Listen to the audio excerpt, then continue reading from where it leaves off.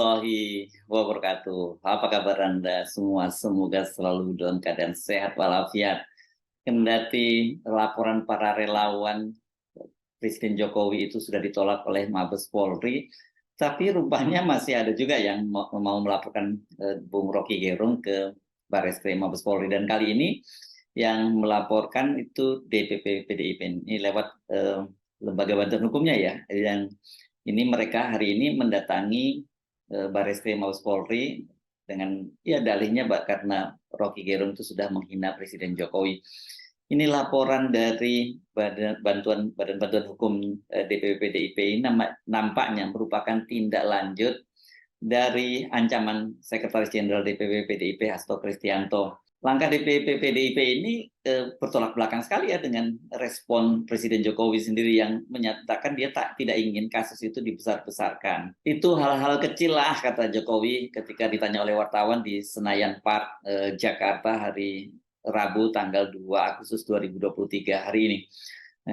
Ketika ditanya oleh wartawan juga dia tidak mau berkomentar lebih jauh soal perihal laporan Rocky Gerung yang dilaporkan polisi itu, dan dia menyatakan ya pokoknya saya kerja sajalah, kata Presiden Jokowi. Sikap yang sama juga disampaikan oleh Gibran Rakabuming, ini putra sulung Presiden Jokowi. Lah kalau itu saya santai, biar masyarakat menilainya, kata Gibran ini ketika ditanya wartawan dalam sebuah kegiatan di kota Solo. Gibran mengaku dia juga belum lihat video pernyataan Rocky yang menyebut Presiden Jokowi sebagai saya sensor aja lah ya, tolol dan pengecut itu ya. Saya belum lihat videonya, nanti setelah ini saya lihat dah videonya, itu kata Gibran santai Bang ya. Sebelumnya, Sekjen DPP PDIP Hasto Kristianto itu menyatakan kegeramannya atas ucapan Rocky Gerung. Dia mengaku akan meminta Lembaga Bantuan Hukum PDIP untuk menyiapkan opsi gugatan.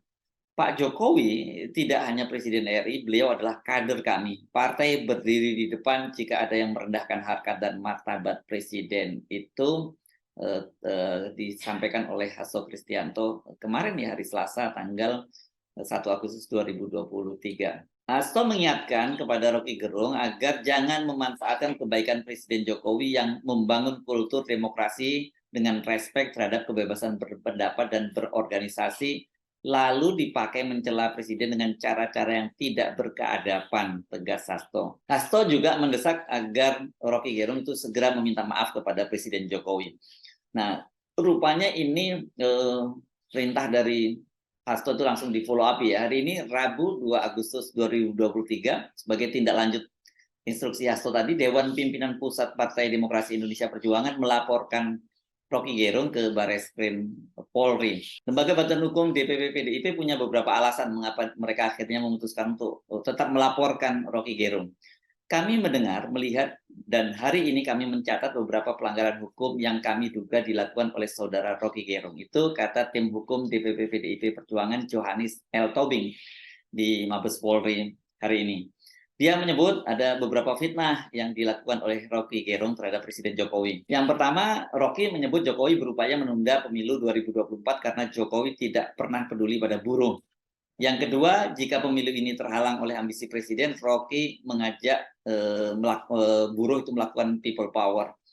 Yang ketiga, Rocky menyebut ambisi Presiden Jokowi mempertahankan legasinya dengan pergi ke Cina buat nawarin IKN. Yang keempat, pernyataan Rocky tentang Bapit tadi itu ya, tolol dan pengecut yang dialamatkan ke Presiden Jokowi.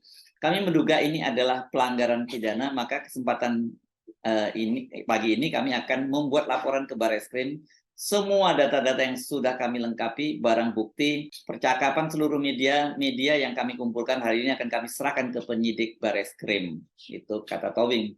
Selain dilaporkan ke Barreskrim, banyak kalangan pendukung Presiden Jokowi yang mendesak agar Rocky Gerung itu segera minta maaf kepada Jokowi. Namun Rocky menolak untuk meminta maaf. Saya disuruh minta maaf oleh Hasto. Saya disuruh minta maaf oleh Akbar Faisal. Saya disuruh minta maaf oleh Habibur Rahman dari Gerindra. Lalu saya bertanya, saya minta maaf pada siapa? Siapa yang merasa tersinggung? Mereka. Jadi saya minta maaf pada Akbar Faisal, saya minta maaf pada Hasto, saya minta maaf pada Habibur Rahman. Kan ngaco jalan pikirannya kan. Minta maaf pada Pak Jokowi. Loh, Pak Jokowi nggak merasa tersinggung. Pak Jokowi tidak melaporkan saya, yang melaporkan saya relawan-relawan Pak Jokowi itu. Jadi saya mesti minta maaf pada relawan. Sementara Pak Jokowi pernah mengatakan bahwa Rocky Gerung itu memang kritisi. Bahkan saya mau dikasih bintang Mahaputra, tanya pada Pak Mahfud bilang begitu. Jadi saya mau terangkan ini supaya ada kejernihan akal pikiran di kita tuh. Saya mengkritik Pak Jokowi dan akan kritik terus. Nggak usah disuruh-suruh minta maaf oleh Hasto yang nggak ngerti tentang demokrasi, oleh Akbar Faisal yang juga nggak paham juga akhirnya kan. Demikian juga Habibur Rahman.